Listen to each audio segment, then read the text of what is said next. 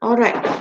Assalamualaikum dan salam sejahtera. Cikgu ucapkan terima kasih dan tahniah kepada pelajar-pelajar yang berjaya join kelas online secara Google Meet bersama Cikgu Mai. Okey. So untuk hari ini kita teruskan dengan subtopik yang seterusnya untuk bab daya dan tolakan bab 8.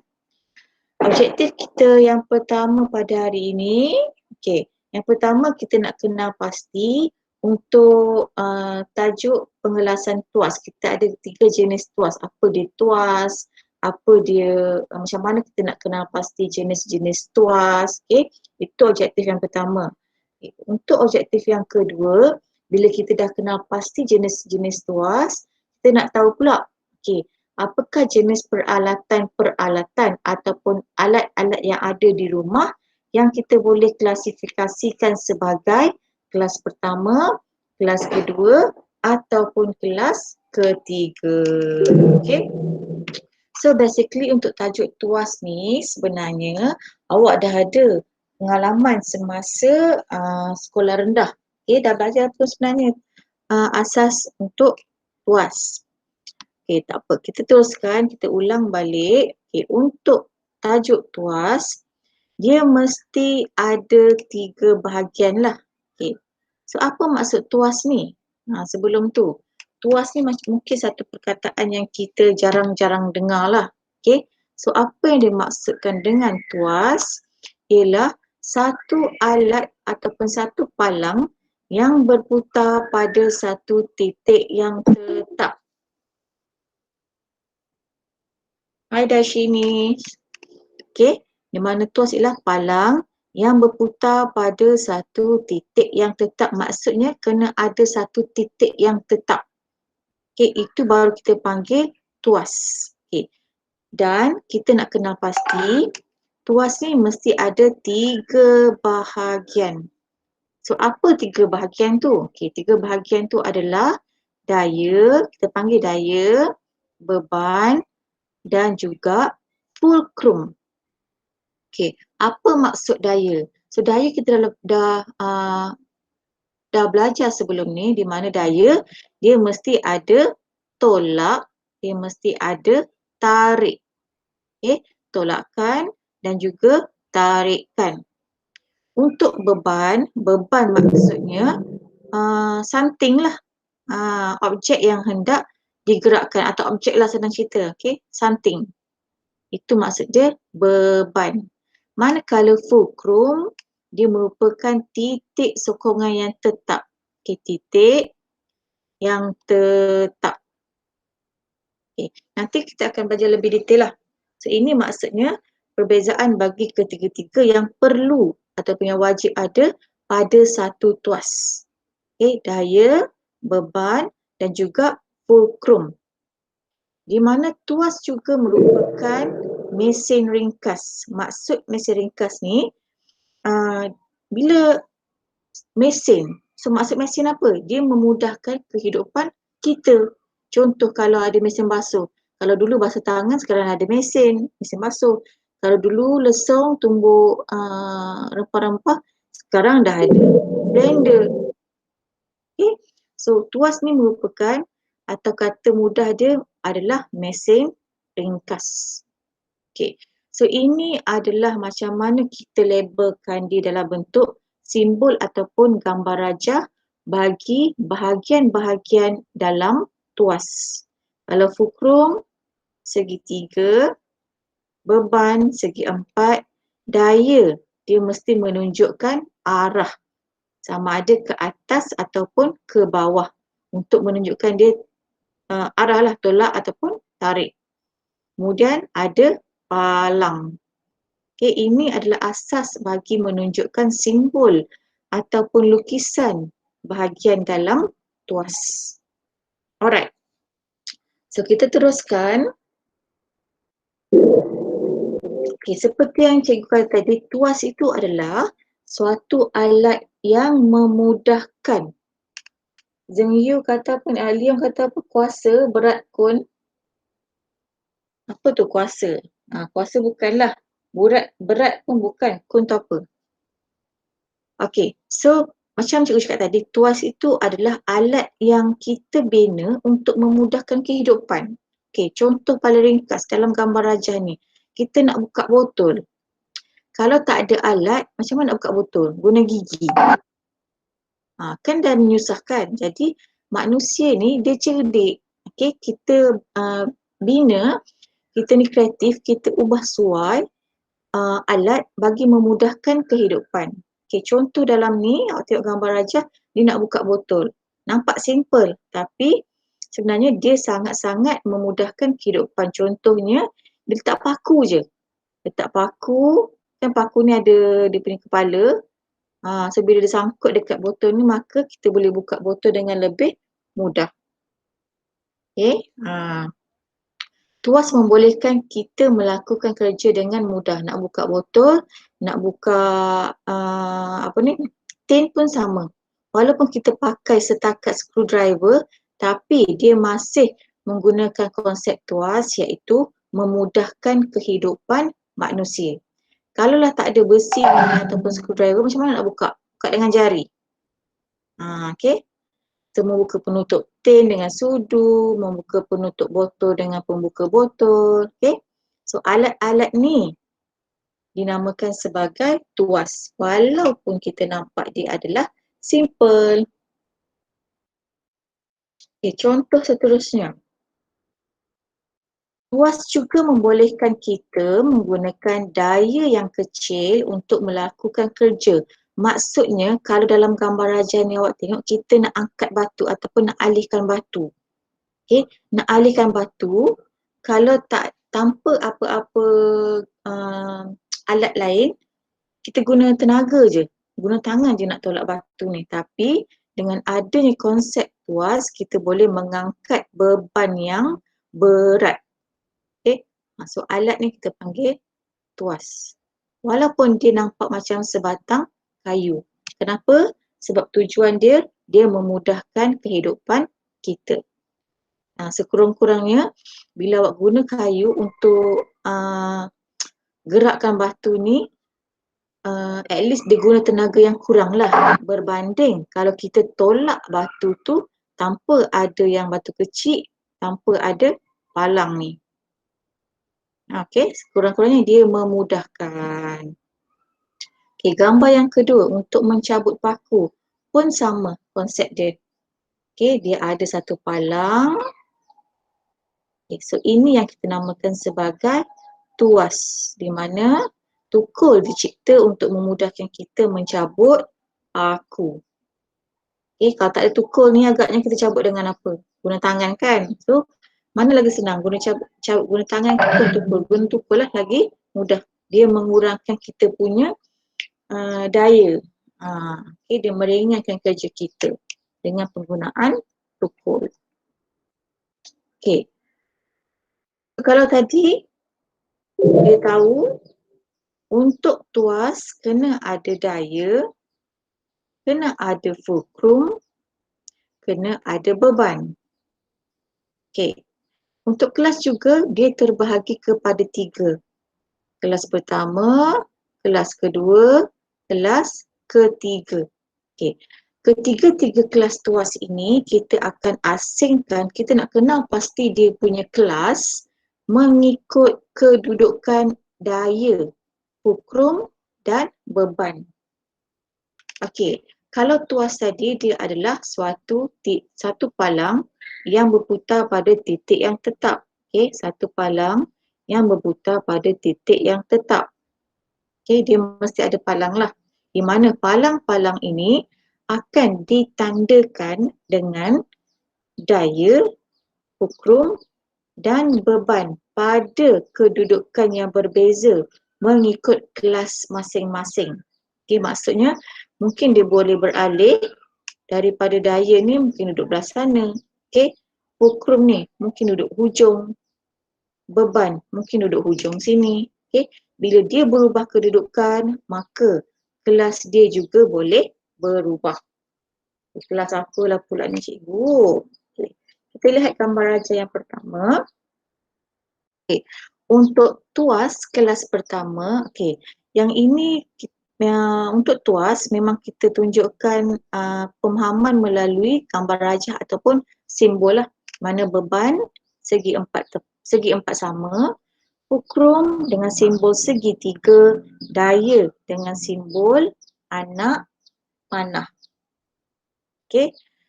So untuk tuas kelas pertama, benda yang kita ingat adalah fulcrum letak di tengah-tengah. Okey, letak di tengah-tengah di antara beban dengan daya. Kalau fulcrum, gambar rajah dia dekat tengah-tengah, dia confirm adalah kelas pertama. Okey, contoh kelas pertama. Okay. Di mana fulcrum ni adalah merupakan suatu titik tetap. Okey, kita lihat balik apa maksud fulcrum tadi. Okay. Fulcrum adalah titik sokongan yang tetap. Beban adalah objek. Daya adalah tolakan ataupun tarikan. Di mana daya tu macam dekat mana kita kena letakkan tenaga bagi suatu alat tu. Kita balik kepada gambar rajah. Okey, contoh untuk gambar plier. Okey, maksudnya pada satu ketul, sebiji ke apa ni, sebuah plier, pada sebuah plier ni dia ada satu titik yang tetap. Okey, contohnya dekat sini kita panggil skru kan biasanya dekat sini. Skru ni biasanya kalau awak buka ke tutup ke plier ni, yang tak bergerak adalah ini, bahagian fulcrum. Okey, beban ini adalah kita nak kepit apa. Beban ni maksudnya benda yang kita nak gunakan untuk apa. Contohnya kita kepit wire, kita nak angkat nak angkat besi panas ke, kita kepit guna plier. So ini adalah beban. Daya adalah dekat mana kita kena push ataupun kita bagi tenaga supaya plier ini boleh digunakan. So kita tekan kat sini lah. So maksudnya ini adalah daya yang menunjukkan anak panah ke bawah. Kita guna tenaga kita guna tangan kita untuk membuka dan juga menutup mulut plier ini bagi mengangkat beban ataupun nak kepit apa-apa. Okey, so fulcrum dekat tengah, dia adalah kelas pertama. So palang tu macam mana? Palang tu ni lah. Okey. Palang tu maksudnya sepanjang alat ni lah. Maksudnya beban dekat ujung, fulcrum dekat tengah, daya pun dekat ujung. Kelas pertama. Okey, kita lihat gambar rajah yang B, pembuka tin. Okey, pembuka tin pun sama. Okay, dia ada satu palang, konon-konon dia macam palang lah. Okay, dia gunakan apa ni, sudu ke, skru ke kan, untuk buka tin. Okay, so beban tu apa? Beban tu apa yang kita gunakan, apa tujuan kita guna alat tu? Itu adalah beban. Daya, maksudnya kita bagi tenaga dekat mana? Apa yang kita buat dengan kita punya tenaga untuk buat apa. So daya ini adalah tangan yang menekan screwdriver ni ke bawah supaya penutup tin ni boleh buka. Okay. So fulcrum suatu titik yang tidak bergerak ataupun titik tetap sebagai sokongan. Okay, sinilah. Okay, hujung ni contoh awak guna screwdriver nak buka kan. So hujung ni adalah beban, kat tengah-tengah ni adalah fulcrum. Kita nak congkil supaya penutup tin ni boleh jadi terbuka. So ini adalah tuas kelas pertama. Untuk gambar C, gunting. Okay, gunting pun sama, di mana tangan kita akan berada di pemegang gunting.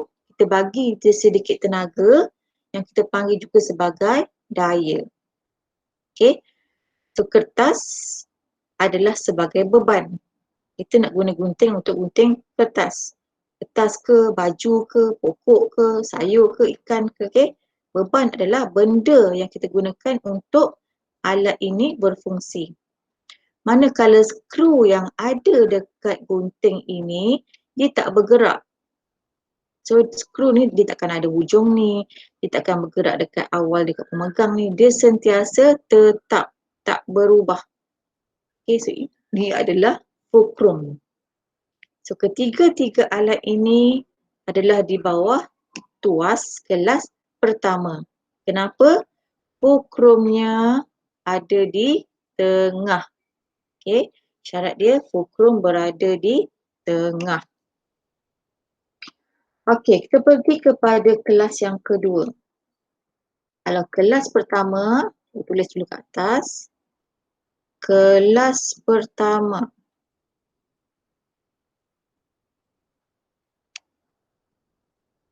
Fulcrum di tengah. Okey, untuk kelas kedua, beban pula berada di tengah. Okey, beban berada di bahagian tengah, iaitu di antara fulcrum dan juga di antara daya. Okey, bezanya kita tengok pula pada alat-alat ataupun contoh untuk kelas kedua. A, kereta sorong. Okey, kereta sorong. Awak nak angkat kereta sorong ni bagi bergerak sebab dia ada satu tayar je kan. Kita pegang pada, kita angkat pada pemegang ni. Kita angkat benda ni. Maksudnya kita bagi suatu daya ataupun tenaga pada pemegang kereta sorong ni supaya dia boleh bergerak. So ini adalah daya. Okey, beban tu apa? Beban kita nak angkat apa? Apa yang kita rasa alat ni gunakan untuk apa? Okey, so tengah-tengah ni adalah beban, iaitu pasir ke, batu ke, apa-apa yang kita bawa dalam kereta sorong ni. Okey, fulcrum adalah suatu titik yang tidak bergerak. Itu kita panggil sebagai fulcrum. So kita tengok fulcrum ada kat hujung. Sekarang ni beban ada dekat tengah, daya ada dekat hujung. So ini adalah kelas kedua. Contoh B, pemecah kekeras. Okey, contoh ada kacang ke apa semua. Dia ada satu pengepit untuk memecahkan kacang. Okey. So dekat dia macam gunting lah. Beza dengan gunting apa dia? Okey, kita tengok beza dengan gunting. Kalau gunting tadi,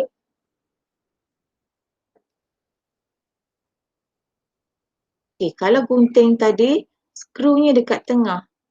Kita letak kertas dekat hujung.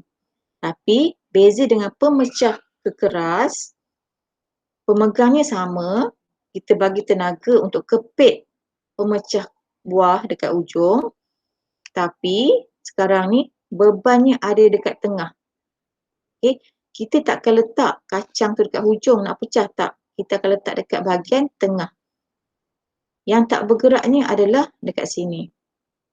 Fulcrumnya dekat hujung. Bebannya dekat tengah. So ini adalah antara alatan bagi tuas kelas kedua. Okey. Kalau ketiga apa pula? Okay, cikgu tulis balik. Kelas pertama,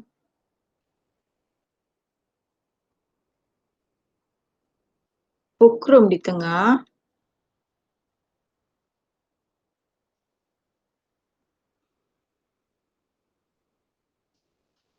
Kelas kedua, beban di tengah. Okey. Sekarang kalau untuk kelas ketiga, tadi kita ada 3 kan? Okey. Apa yang perlu awak ingat, kita ada 3 perkara penting dalam tuas. Kita kena ada beban, kita kena ada daya, kita kena ada fulcrum. Baru kita panggil ini adalah suatu tuas. Okey. Kalau kelas pertama tadi dah settle, fulcrum dekat tengah.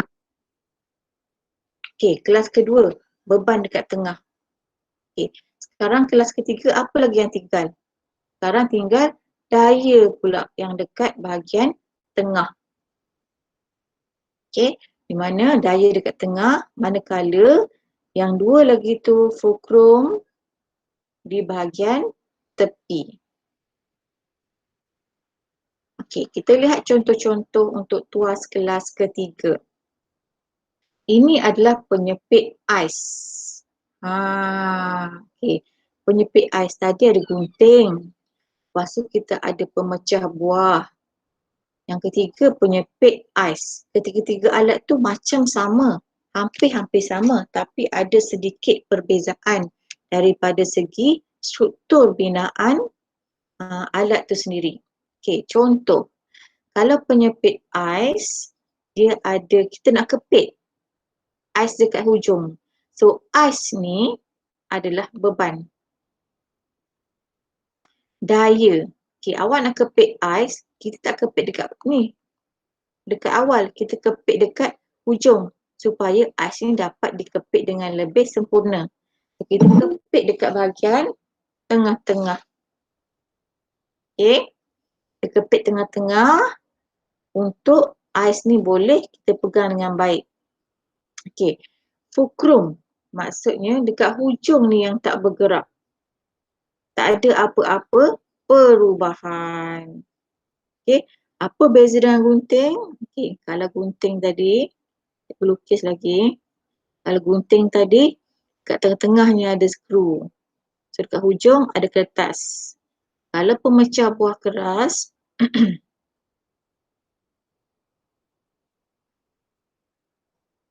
okey, kalau kita nak pecah buah tadi, buahnya kita letak dekat tengah. Okey, yang tak bergeraknya sini. Kita kepit dekat pemegang dia.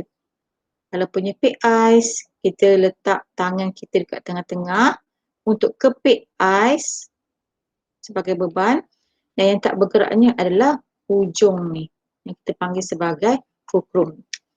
Okey, gambar Raja B, joran, mana-mana kaki pancing ni. Okey, untuk joran, di mana joran kita gunakan alat ni sebagai nak tangkap ikan lah, nak pancing ikan. Okey, nak pancing ikan. So, ikan ini sebagai beban. Ikan ni sebagai beban, dia ada dekat hujung sekali. Okey, so bila awak mengail, awak pancing ikan, biasanya awak akan pegang, awak pegang batang joran ni kat mana? Ni awak lah pelukis. Ni tangan. Ni kaki. Ini perut. Okey. So bila awak pergi pancing ikan, awak biasanya pegang joran tu dekat bahagian tengah-tengah. Kita tak pegang bawah ni joran. Kalau kita pegang bawah ni, dia mula terlucut. Okay. So kita gunakan perut kita sebagai penahan. Penahan kepada joran kita ni. So beban ni, ikan, kita pegang atau kita tahan dekat tengah-tengah. Kita bagi dia daya, dan dekat perut ni adalah fulcrum di mana kita tahan daripada joran ni bergerak. So fulcrum, daya dekat tengah, beban dekat hujung. So ini kita namakan sebagai tuas kelas ketiga. Okay. So tadi kelas pertama fulcrum, kelas kedua beban, kelas ketiga daya ada dekat tengah-tengah. Okay. Baru kita boleh pancing ikan dengan keadaan yang selesa. Okay, dia memudahkan kehidupan kita. Itu gunanya tuas. Ini adalah dia punya ringkasan lah. Ini semua dalam teks lah. Tuas kelas pertama, tuas kelas kedua, tuas kelas ketiga.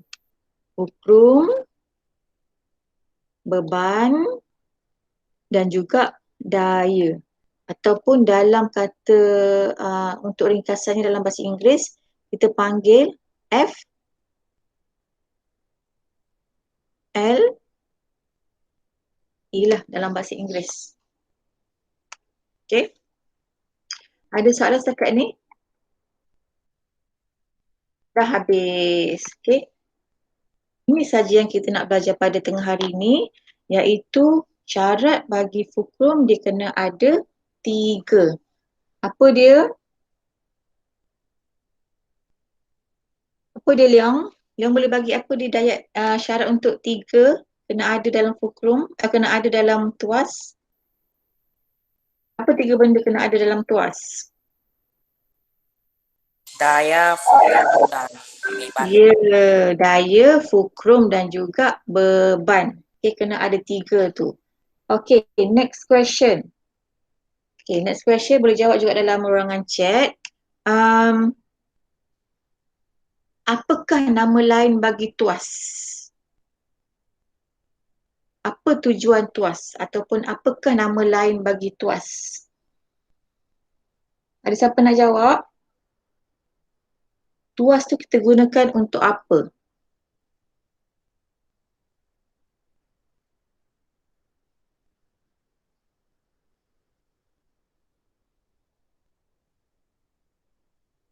Barani boleh jawab?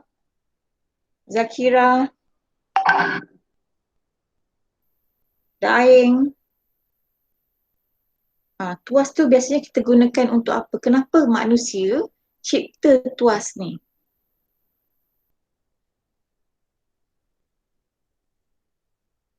Anyone? Meringankan beban. Untuk meringankan beban ataupun untuk memudahkan kita punya kerja. Okay, contoh kalau ada kereta stuck dekat dalam pasir.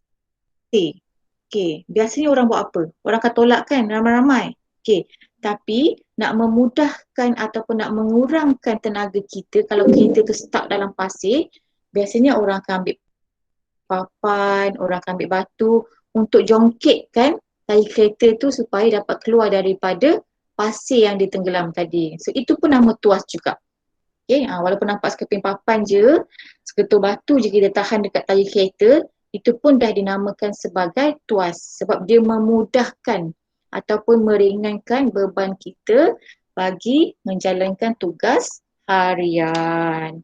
Alright, so itu sahaja untuk isi pembelajaran pada hari ini. Jadi, cikgu nak uji awak punya pemahaman. Macam biasa, cikgu akan bagi link.